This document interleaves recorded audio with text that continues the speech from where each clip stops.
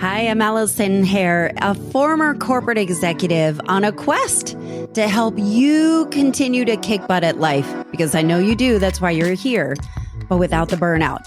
Welcome to the Late Learner Podcast, where we take old, tired paradigms, you know, the ones that we're kind of sleepwalking through, and you realize that, wait a minute, there has to be a better way. We find the better and more effective ways here that just work better for you. So what are we late learning today? What is the feeling when you walk into your closet? Is it exciting? Or does it feel like defeat?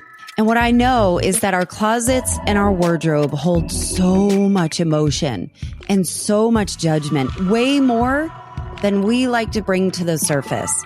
And we're going to be talking about this. And, you know, I have been wanting to do a More Than Beauty series where we start to look at our outward expression and how it can reflect how we feel inside.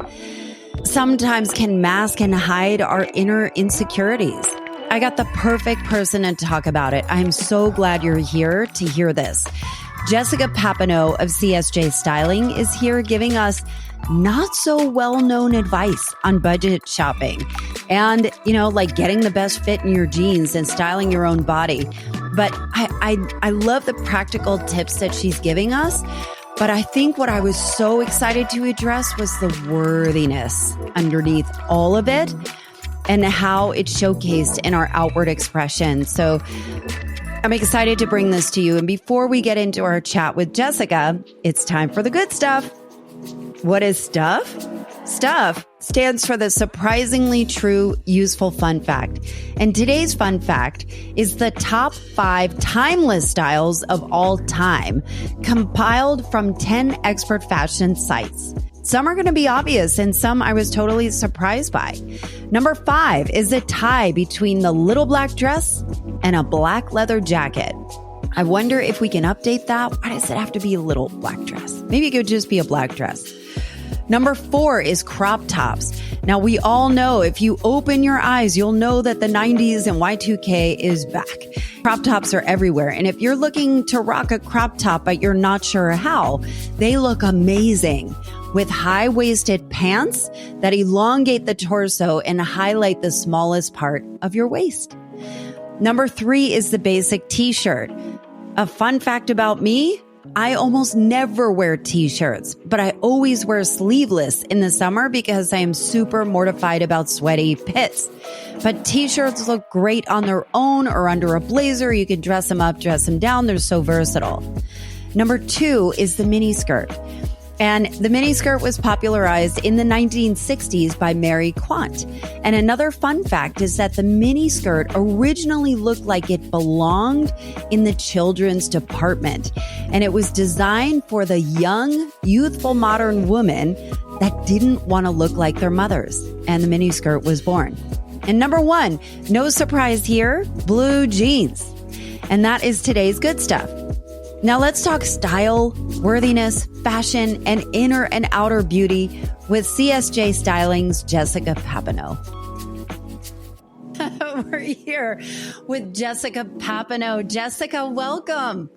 Thank you so much for having me, Allison. So you have people that they're literally getting naked in front of you. Like these are people that have asked for help. They're looking on how to dress themselves in a way that fits them, that fits their personality, that fits their body, where they can feel their best. I'll say this for myself. I'll say us, but can you help me handle what I see in the dressing room alone with those effed up mirrors and the awful lighting and trying on those cute jeans that look so good on the hanger, and they're like squeezing the cellulite on my thighs as I'm trying to pull it up, only to feel awful. Like, how do you make that experience better? Well, I used to do it in a store many years ago. I was in retail for so many years. And then I learned how to dress a woman to highlight the areas of her body that are great. Ooh, and to like help her shift her mind from focusing on what's negative or what they're shameful of, and focusing on the things that they love about their body, and like looking at their body as a whole. Because what I've found over the years, and obviously now with me working directly one-on-one with women, sometimes they're at my studio, sometimes I'm at their home, sometimes we're on Zoom.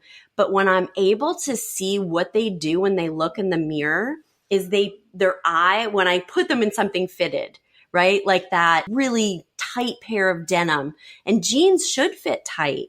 They need to. The ones that have the Lycra in there, they're going to fit tight at first because they're lifting and smoothing and doing all those good things. But then what happens is we then see all the things that we perceive as flaws. And I see when they look in their mirror, their eye goes directly to those areas of their body that they're shameful of, right? And how we flip the switch, it's all about how clothes fit, but also the fabric.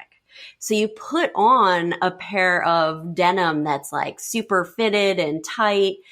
First of all, you have to do the test. And the test is keep them on for about 20 to 25 minutes. And I know that sounds like a long time when you're in a dressing room, which is why it's actually better to shop from the privacy of your own home with your own mirror, with your own clothes that you can pull in to like make it an actual outfit and be really strategic about how you're making your purchases. But you keep those jeans on for about 20, 30 minutes, and your body heats up the elastic in the denim, and then it begins to look more smooth. Then at that point, you put on a top. And I'm sure a lot of women have heard about this front tuck, and nobody seems to know how to do the front tuck in the proper way that it's doing what they want it to do. But when you have a pair of jeans that fit in the perfect way and come up a little higher on the waist, hit at the smallest part of the waist, and then you go and tuck the front of your top in and kind of let the sides of the top go down, it creates this arrow to the smallest part of the waist. So in a way, we're showing our stomach, or we're showing, our hips or different areas of our body, but we're creating an arrow to the smallest part of the waist. And in doing that, it's drawing the eye up and down to like be able to see your body fully. This is so good. And it's good. A game changer. Yeah. So I'm wondering about like balance, right? Like how do you draw the eyes in? Like if you have an hourglass shape or a pear shape, how do you accentuate? Like if you could help us understand, if your best feature is your breasts, your stomach, your hips, or if you got a big juicy booty, like how are some ways to really play those up and find the fabrics and the fits that just create that balance and the eyes to go where you want them to go, where you feel amazing? This is powerful. This is like masterclass stuff. I don't believe that there are any specific rules, but when you do have a really good fabric, say like a silky blouse, for example, a silk blouse that feels great on your body and fits well, it's going to skim your body in such a way that it's not going to be grabbing on the areas of your body that you don't want it to. It's just going to sit nicely on the body.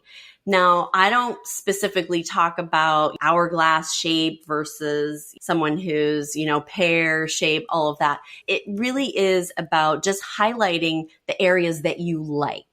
So if it's your bust, then that's totally fine. Show your bust, wear something a little bit plunging. But it's also, we talk a little bit about, you had mentioned about what other people think about us. It's about perception, and perception is reality. But what is the most important perception? It's how we perceive ourselves. So when I help women to dress in such a way where they are actually highlighting their body and they're truly revealing themselves, but the clothes are not wearing them, they're wearing the clothes and it's looking amazing on them, they can actually look in the mirror and feel like, wow, I am beautiful. I feel gorgeous.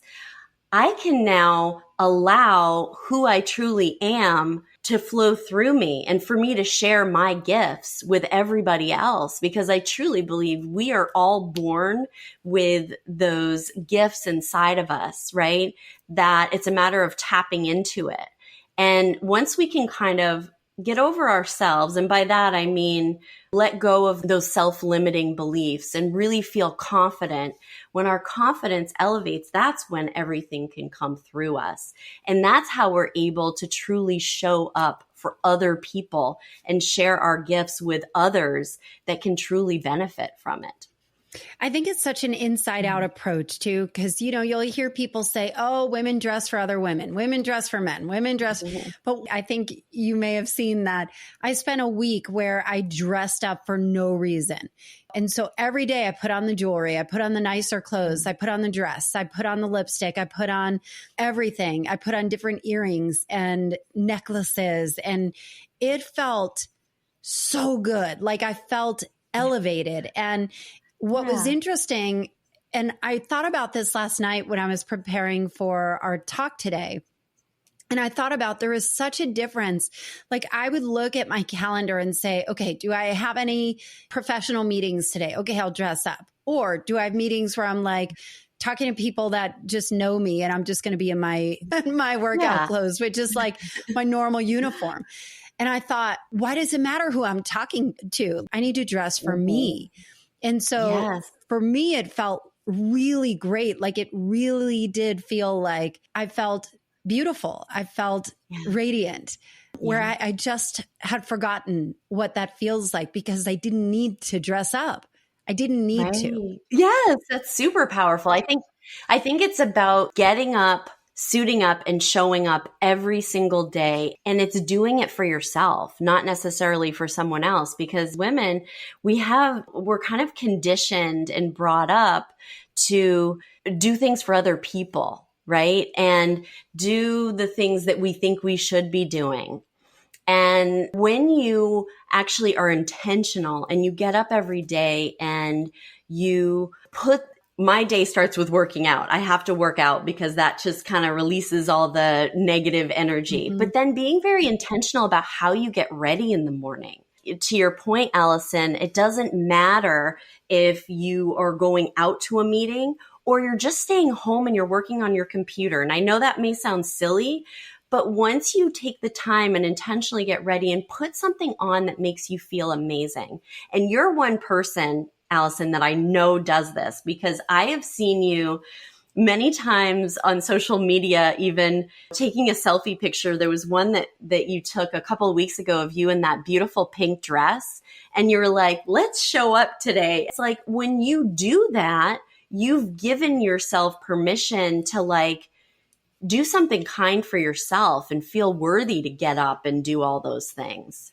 I think the worthiness part is really where I want to zero in on. So before we started recording, you talked about alignment, and I think it is the worthiness part. I know that you got your start in business, like you were working in retail for many years, and somebody was so taken by you and changed your life, changed your entire family's life. But I don't know the details of the story by how you made her feel. Can you share that story? Let me tell you like maybe a new story, because I have many, but it's just like top of mind right now. Yeah. Because working with women can be very transformative for them. I find when someone reaches out to me for the first time, they're going through some type of a life transition. Hey, it's Allison. Thanks for listening. Did you know that the ideas shared on this show is something I can help you implement in your own life? Imagine having someone in your corner helping you prioritize your passion, your presence, and your purpose again. And if this feels like I'm talking right to you, I invite you to schedule a free breakthrough call with me. You can book your free session at allisonhair.com/schedule. Take this time to answer that knock that's been banging on your door. You will be so glad you did. we're always going through different seasons of our lives, right? Maybe it's, had a baby and then getting back into the workforce, or retirement and now who am I now, or divorce, all these different things. I recently it was actually a husband that reached out to me on behalf of his wife. And I typically am helping the working woman, right? The woman that is like a professional and she's maybe in her 30s or 40s, and she's reimagining rediscovering herself and wanting to step into the best version of who she is. It's a little different than this woman, but he reached out to me and said, my wife is going to be turning 60. We just moved to Florida. So I'm in Sarasota, Florida. And he said, I found out about you from a friend of ours, and my wife is she has a beautiful body and she doesn't think that she's beautiful. And I just want to give her this gift. We have just moved here to Sarasota from up north, and she needs to retire her old wardrobe. And now she's going to have to be wearing a little bit less clothing. And I know this is going to be hard for her. He said, let's put a package together. I want to surprise her. And I said, this is wonderful. I think you're an amazing husband that you want to do this for your wife. I said, but I don't want to surprise her. And he said, what do you mean you don't want to surprise her? In my experience, when someone's getting this for someone else, it can be super, super intimidating, especially if she's the type of woman that really doesn't feel great about her body. So I got on a Zoom call with her, and we talked a little bit about what her needs were and what she wanted. And she was so trepidatious. She said, I don't know. I've never done anything like this before.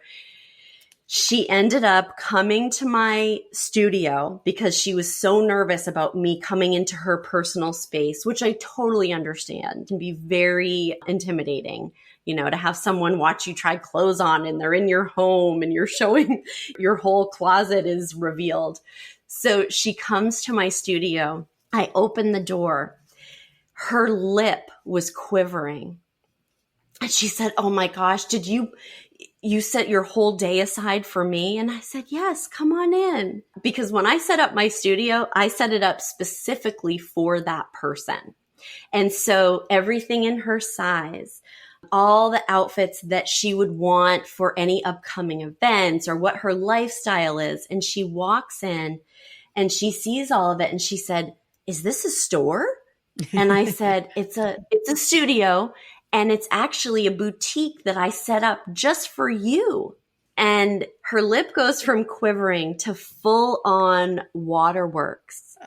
She goes, oh, excuse me. I have never done anything like this for myself. And she said, I don't work outside the home, and I've been a stay-at-home mom my whole life. And, my husband really wants to do this for me, but she said, I'm really overwhelmed. So when I first work with someone, it's really about reviewing and reflecting on their life too. This is way more than clothes. So we started talking about what she really wanted. And she said, well, my husband wants to go on this trip coming up. And so I'd really like to go too. And I said, but tell me a little bit about what you want to do here in Florida. She said, well, I really want to go and try Pilates. And I looked at a studio, and she started opening up and telling me what she really wanted in her life and what was important to her. And I asked her what kind of food she likes. And she slowly started coming out of her shell. And I said, so are you ready? And she said, what do you mean? I said, okay, it's time. So she starts putting the clothes on and comes out, and she's looking around, and we were both helping her. I have people that work with me as well to create the outfits. And she said, oh my gosh, I have never felt this beautiful. And we started at one end and literally went through every single outfit and made her these perfect outfits for her lookbook of her everyday life, of even going to the store and the trips that she was going to take with her husband. And by the time she left, she had a whole new wardrobe and a whole new lease on life. She started texting me about 2 days later. and she was in the airport. They were traveling, and she takes this photo of her on the airplane in this great outfit. And she said, Jessica, everyone's looking at me. And instead of feeling like nervous and uncomfortable, she said, I feel like a movie star. I love this. She said, my husband is so happy, and now he's worried that I'm just going to keep going. I love that. I love the transformational aspect of it. And I think fashion can be polarizing. Some people consider fashion frivolous, but it's so much deeper and more meaningful. I want to understand what fashion meant to you growing up. Fashion and beauty was my love. It was also my escape. So I grew up in the backwoods of Maine with hippie parents that we had no electricity, no running water. We had a hand pump. What? Yes, hand pump, no toilet. We had an outhouse. And my parents, we had in the summer fruits and vegetables that we grew in the garden. And then in the fall, they would can the vegetables. And here I am. I have clothes from Salvation Army because to my family, fashion and beauty is not important. It's more about survival. And so at age 4, I would spend hours and hours in my closet creating outfits, putting them on, looking in the mirror and feeling like amazing. I would have different voices and pretend I was at parties and people like wanted to be my friend. But as I got older, I realized that my family did not approve of this. They saw it as being superficial. And so for the first half of my life, I kind of thought I was superficial. Like I felt a little shameful about loving it until I got a little bit older and started watching other women go through the experience when I would help them, because that is my true gift to give the world, is to help other women to feel beautiful and confident and just overall powerful and great in their own skin. And when I started to watch women just like this woman I told you about, and I have many stories that I could tell you, but when I would get to peer in and watch them in the mirror go through the transformation and see how beautiful they could look, and I would be able to like experience it with them almost like I did way back when I was 4 years old, experiencing it for myself. And then to be able to see that transformation made me realize how fashion and beauty can allow a woman to show up in the most powerful way and allow her to share who she was truly designed to be with the world so that other people could experience it and then transform other people's lives. It's such a powerful place, but I also think there's so much weight, again, that kind of goes around spending money on clothing or somebody to help them with styling. There's where do you invest your money kind of thing. And I wonder about budget-friendly options to help people show up as their best self and like take this on again. There are people that are like, I don't care. It's from Walmart. It's fine. It fits. It covers what I need to cover and it's comfortable. And that's all I care about. But at the same time, when you peel some of the layers back, what does it look like to feel fully in your skin where it elevates your best self? When it comes to women on a budget, so many women that I speak to and that I go in their wardrobes, right? It's like they have a closet full of clothes, but feel like they have nothing to wear. And that closet full of clothes, they've spent money on. To me, it's about the value of the pieces that you're choosing. And it doesn't mean you have to purchase a lot of things, a lot of stuff. We all buy on emotion, right? So a lot of people, and I'm sure you felt this way before, Allison, too, where it's like you walk in a store and you see that beautiful shiny thing, or you see something on the mannequin and you go, I want that. I need that. And you go and you purchase it. They've done studies. There is a high that you get from doing that, and it lasts about 20 minutes, but it is fleeting. And when it's gone and you take that item home and you put it on and you don't like how you look in it, how many people don't go back to the store to return it? Who has the time to do that? So like my whole thing is create a wardrobe of pieces that are core pieces that are going to take you season to season, but that are quality. And that doesn't mean you have to go and get everything designer. That's not at all what I mean. But look at the fabrics. This is where I try to help and come in. And that's why I put so much out there on social media and a lot of free advice and things so that women can really understand how to buy for themselves. And it's about choosing those core pieces that you feel great in and taking the time to like save your money to spend on those things. And once you have that core wardrobe, then by all means, if you see something cute at Walmart and you're like, wow, I could put that on with my great jeans and little silky top, that little jacket. And you may not have it for a long time, but it's going to work with those core pieces that you have. And I call it the cake and the icing on the cake. So your cake always has to be really strong. It's got to be really good. And the icing, you can kind of mix it up a little bit and bring in some of the not as expensive pieces. And it's also all about being very intentional about, what we're bringing in. So not recreating a wardrobe every season, but bringing in pieces that will allow you to reimagine the wardrobe that you have. So it's not about more, but it's about investing in those pieces that are really great fitting and that are great fabric.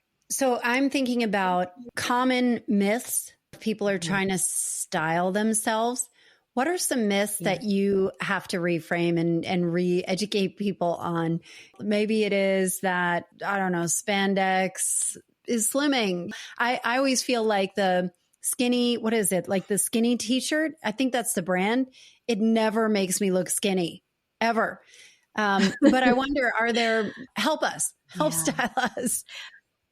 Well, one of the things I'd love to bring up right now, because it's become a fad again, and that is having someone do your colors.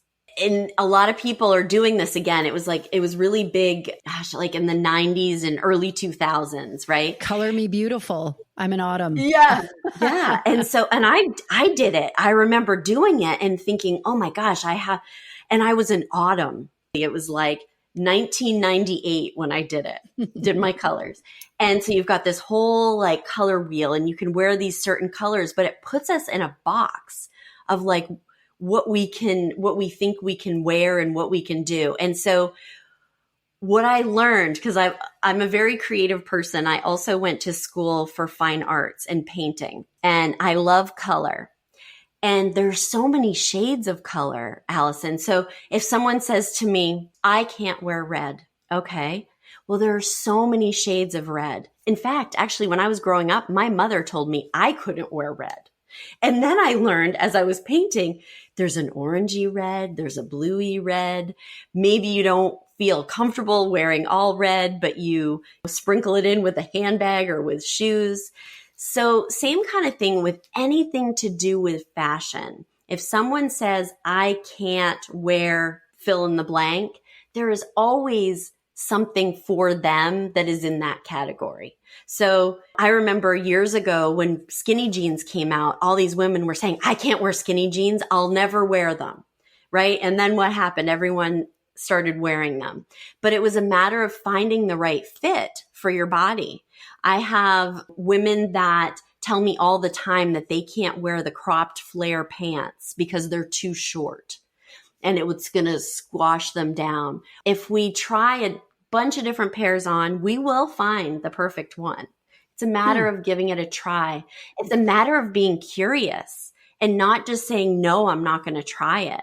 I'm thinking about cropped flares. It does make me look very squatty. Are you listening into my... Have you tried wearing it with a wedge, but not a wedge that like cuts off at the ankle, but maybe like a nude wedge that's very strappy or that even has like a little T-strap? See that? This is why you need to follow Jessica Papineau on all the socials, because she is doing all of this. I learned how to roll up cuffs that I never had any idea that there was a special way to roll up cuffs. So it's funny because I am hearing myself go, well, other people can wear, but I really can't. I wonder about the concept of understanding what really does look great on you and not necessarily following the trends. No, I think it's a matter of, let's go back to worthiness. Every woman is worth being kind to herself and putting pieces on her body that make her feel amazing. So one of the things I used to do when I was a stay-at-home mom, we didn't have a lot. We really didn't have extra funds for me to go out and like buy new wardrobes all the time. And I remember at that time, the kids were little, and I would one night a week, Friday nights, I would go and bartend. And in this period of time, I felt like there were so many things that I wanted, and I wanted a nice wardrobe. And I would go to work on Friday nights, and so the cash that I would make in tips, I'd walk in the door and I'd kind of just declare like half of it. And I'd tell my husband, this is what I made tonight.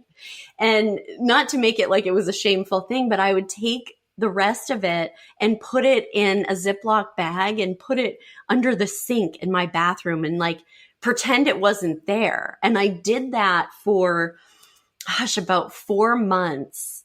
And I didn't buy myself anything in between that time. And I was meeting my sister in New York, and I thought, okay, I brought the wad of cash with me. And it was like, we were still paying our bills and whatever, but I did this one really kind thing for myself. And it wasn't a ton, but it was enough for me to get some like really great core pieces and bring them home. And I remember when I opened, because I barely brought any clothes with me to New York, and I opened my luggage when I get back, and I think it was like 6 things, but they were all beautiful. Like I had a blazer, I had a denim jacket, I had like a pair of white jeans and a couple t-shirts. They were super plain, but I brought them into the closet and I started pairing it with stuff that I had.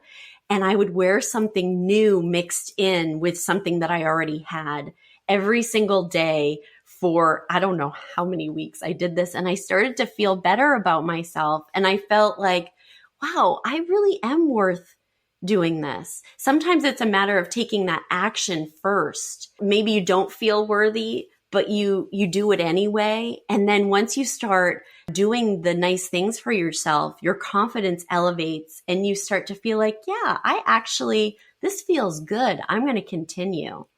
I'm thinking about you not only giving yourself permission to do it, but it also sounds like you can stretch $1 around a block if you need to and be able to mix and match things, which I think is probably another practice that could be really fun and exercise your own creativity.